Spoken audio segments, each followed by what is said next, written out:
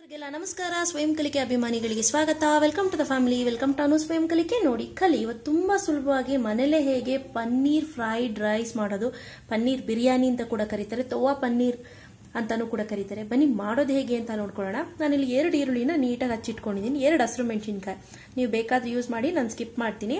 So ಗೋಡಂಬಿ ನಿಮ್ಗೆ ಎಷ್ಟು ಫ್ಲೇವರ್ಗೆ, ನಿಮ್ಗೆ ಟೇಸ್ಟ್ಗೆ ಎಷ್ಟು ಬೇಕೋ ಅಷ್ಟು ಗೋಡಂಬಿ. ಇದು ನಮ್ಮ ಮನೇಲಿ ಮಾಡಿರುವಂತಹ ಗರಂ ಮಸಾಲ. ಇದು ಸ್ವಲ್ಪ ಒಂದಿಷ್ಟು ಹಾಕಿದ್ರೆ ಸಾಕು, ಜಸ್ಟ್ ಆ ಫ್ಲೇವರ್ಗೋಸ್ಕರ. ಆನಂತರ ಮೆಣಸು 1/4 ಚಮಚ, ಚಕ್ಕೆ 1-2 ಇಂಚು, ಅದನ್ನ ನೀಟಾಗಿ ಬಿಡಿಸಿಟ್ಕೊಂಡು, ಅಂದ್ರೆ ಈ ತರ 1-2 ಹೋಳು ಮಾಡಿ ಇಟ್ಕೊಂಡಿದ್ದೀನಿ. 2 ಏಲಕ್ಕಿ, ಏಲಕ್ಕಿನ ಅದ್ರ ಬಾಯಿ ತೆಗೆದು ಹಾಕಬೇಕು. 4 ಲವಂಗ, 1 ಅನಾನಸ್ ಹೂ, ಸ್ಟಾರ್ ಹೂ ಅಂತ ಕೂಡ ಕರೀತಾರೆ, ಜೀರಿಗೆ. ಆನಂತರ ಗರಂ ಮಸಾಲ 1 ಟೇಬಲ್ ಸ್ಪೂನು, ಕೆಮ್ಮೆಣಸಿನ್ಕಾಯಿ 1 ಟೇಬಲ್ ಸ್ಪೂನು. ಇಲ್ಲಿ ಬಂದು ಬಟಾಣಿನ, ಇದು ಫ್ರೋಸನ್ ಬಟಾಣಿ, ಬಿಡಿಸಿ ಬಟಾಣಿನ ನೀವು ಐಸ್ ಬಾಕ್ಸ್ ನಲ್ಲಿ ಇಟ್ಕೊಂಡ್ರೆ ಆರಾಮಾಗಿ 6 ತಿಂಗಳವರೆಗೂ ಉಪಯೋಗಿಸ್ಕೋಬಹುದು. ಆನಂತರ ಕ್ಯಾರೆಟ್ 1, ಟೊಮ್ಯಾಟೊ 2, ಶುಂಠಿ ಬೆಳ್ಳುಳ್ಳಿ ಪೇಸ್ಟ್ 1/4 ಚಮಚದಷ್ಟು. ಆನಂತರ ಪನ್ನೀರ್ನ ನಾನು ಈ ರೀತಿ ಕ್ಯೂಬ್ಸ್ ಆಗಿ ಕಟ್ ಮಾಡಿ ಇಟ್ಕೊಂಡಿದ್ದೀನಿ.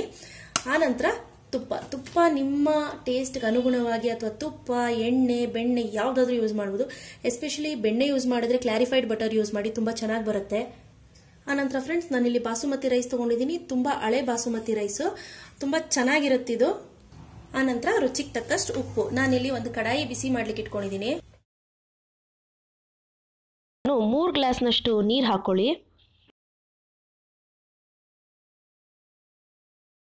ಈಗ ಫ್ರೆಂಡ್ಸ್, ಆ ನೀರಿಗೆ ಸ್ವಲ್ಪ ಉಪ್ಪು, ಆನಂತರ 1 ಟೇಬಲ್ ಸ್ಪೂನ್ ಅಷ್ಟು ಎಣ್ಣೆ, ಆನಂತರ ಈ ಪಲಾವ್ ಎಲೆ ಏನಿದೆ ಅದನ್ನ ಹಾಕೊಳ್ಳೋಣ. ಆ ಪಲಾವ್ ಎಲೆ ಹಾಕೋದ್ರಿಂದ ಅರೋಮಾ ತುಂಬಾ ಚೆನ್ನಾಗಿ ಬಿಟ್ಕೊಳ್ಳುತ್ತೆ. ನಾನು ಈ ಅಕ್ಕಿನ ತೊಳ್ಕೊಂಡ್ಬರ್ತೀನಿ. ಓಕೆ, ನೋಡ್ತಿದ್ದೀರಲ್ಲ, ಇಲ್ಲಿ ನೀರು ಕುದೀತಾ ಇದೆ. ಈಗ ನಾನು ಏನ್ ಮಾಡ್ತೀನಿ, ಸ್ವಲ್ಪ ಅಕ್ಕಿನ ಇದ್ರೊಳಗಡೆ ಹಾಕೊಳ್ತಾ ಹೋಗ್ತೀನಿ. ನಾನಿಲ್ಲಿ 1 ಕಪ್ ಅಕ್ಕಿಗೆ 3 ಕಪ್ನಷ್ಟು ನೀರು ಹಾಕೊಂಡಿದ್ದೀನಿ. ನೀರು ಅನಂತರ ಅರ್ಧಂಬರ್ಧ ಬೆಂದ ನಂತರ ನಾನು ಏನ್ ಮಾಡ್ತೀನಿ, ಆ ಎಕ್ಸ್ಟ್ರಾ ನೀರು ಏನಿದೆ ಅದನ್ನ ತೆಗೆದು ಬಿಡ್ತೀನಿ. ನೋಡಿ, ಈ ರೀತಿ ಸ್ಟ್ರೈನ್ ಮಾಡ್ಕೊಳ್ಳಿ. ಫ್ರೆಂಡ್ಸ್, ಸಾರಿ, ನಿಮ್ಮ ಕಾಮೆಂಟ್ಸ್ ತುಂಬಾ ಬರ್ತಿದೆ ನನಗೆ ವಿಡಿಯೋಸ್ ಮಾಡಲಿಕ್ಕೆ, ಬಟ್ ನನ್ನ ಕೈಲಿ ಆಗ್ತಾ ಇಲ್ಲ, ಸಾರಿ ಫಾರ್ ದಟ್. ಬಟ್ 2 ತಿಂಗಳು ನನಗೆ ಟೈಮ್ ಕೊಡಿ. 2 ತಿಂಗಳ ನಂತರ ನನ್ನ ಕನ್ಸ್ಟ್ರಕ್ಷನ್ ಎಲ್ಲ ಸ್ವಲ್ಪ ಮುಗಿಯುತ್ತೆ, ಅಷ್ಟರಲ್ಲಿ ನಾನು ರಿಲೀಫ್ ಆಗ್ತೀನಿ. ಆಫ್ಟರ್ ದಟ್ ನೀವು ಯಾವ ರೆಸಿಪಿ ಕೇಳಿದ್ರು ದಿನಕ್ಕೆ ಒಂದೊಂದು ಮಾಡಿ ಹಾಕ್ತೀನಿ. Sorry for that, please excuse ಮಾಡಿ. 2 ತಿಂಗಳು ನಂಗೆ ಟೈಮ್ ಕೊಡಿ. ಉದ್ರುದ್ರಾಗಿ ಹೇಗಿದೆ. ಸೊ ಈಗ ಇದು ರೆಡಿ ಆಗಿದೆ. ಈಗ ಇದನ್ನ ಹೇಗೆ ಗೊತ್ತಾಗುತ್ತೆ ಅಂದ್ರೆ, ನೋಡಿ, ಈ ರೀತಿ ತಗೊಂಡು, ಈ ರೀತಿ ಒಂದು ಸೈಡಲ್ಲಿ ಈ ರೀತಿ ತಗೊಂಡು 2 ಕಾಳನ್ನ ಬಾಯಿಗೆ ಹಾಕೊಂಡು ನೋಡಿ. ಓಕೆ, ನಿಮ್ಗೆ ಇಷ್ಟು ಬೆಂದಿದೆ, ಕರೆಕ್ಟ್ ಇದೆ ಅಂತ ಅನ್ಸಿದ್ರೆ ರೈಟ್.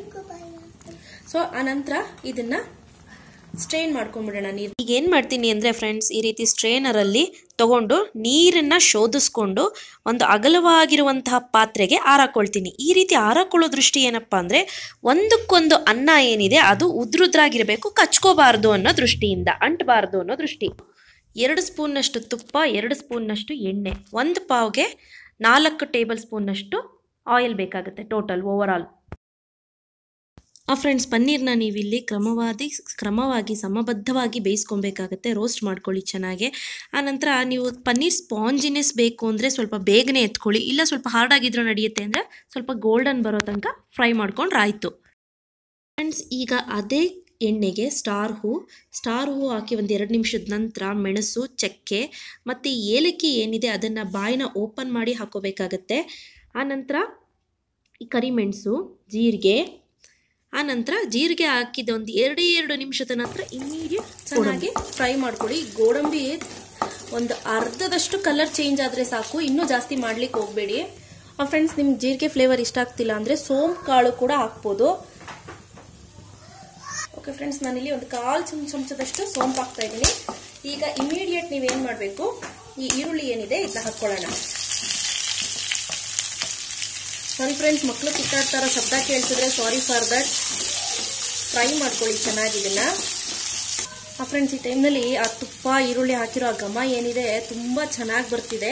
ಉಪ್ಪನ್ನ ನೋಡಿ ಹಾಕೊಳ್ಳಿ, ಯಾಕಂದ್ರೆ ನಾವು ಅನ್ನಕ್ಕೆ ಕೂಡ ಉಪ್ಪು ಹಾಕಿರ್ತೀವಿ, ನೋಡಿ ಮಾಡಿ ಉಪ್ಪು ಹಾಕೋಬೇಕಾಗುತ್ತೆ. ಈರುಳ್ಳಿ ಒಂದು ಅರ್ಧಂಬರ್ಧ ಆಗಲಿ, ಮಿನಿಮಮ್ ಅಂದ್ರೆ 3 ನಿಮಿಷಗಳ ಕಾಲ ಈರುಳ್ಳಿ ಬೇಯಿಸ್ಕೋಬೇಕಾಗುತ್ತೆ. ಈಗ ಇದಕ್ಕೆ ಈ ಬಟಾಣಿ ಏನಿದೆ ಬಟಾಣಿ ಆ್ಯಡ್ ಮಾಡ್ತಾ ಇದ್ದೀನಿ. Carrot, beans. ನೀವು ಇದಲ್ಲದೆ ಫ್ರೆಂಡ್ಸ್ ನೀವು ಇನ್ನೂ ತುಂಬ ಲೈಕ್ ಎಲೆಕೋಸು, ಹೂಕೋಸು ಎಲ್ಲ ಕೂಡ ಆ್ಯಡ್ ಮಾಡ್ಬೋದು. ಗೋಬಿ ಅಂತ ಏನು ಹೇಳ್ತೀವಿ. ಚೆನ್ನಾಗಿ ಈಗ ಇದನ್ನು ಹೈ ಫ್ಲೇಮಲ್ಲಿಟ್ಟು ಫ್ರೈ ಮಾಡ್ಕೊಳ್ಳಿ. ಯಾಕೆ ಹೈ ಫ್ಲೇಮು ಅಂತಂದರೆ ಯೂಶಲಿ ಫ್ರೈಡ್ ರೈಸ್ ಮಾಡಬೇಕಾದ್ರೆ ಯಾವಾಗಲೂ ಹೈ ಫ್ಲೇಮಲ್ಲಿ ಇರಬೇಕು. ಆನಂತರ ಇಮಿಡಿಯೇಟು ಗರಂ ಮಸಾಲ, ಕೆಮ್ಮೆಣಸಿನ್ಕಾಯಿ ಪುಡಿ, ಆನಂತರ ಟೊಮ್ಯಾಟೊ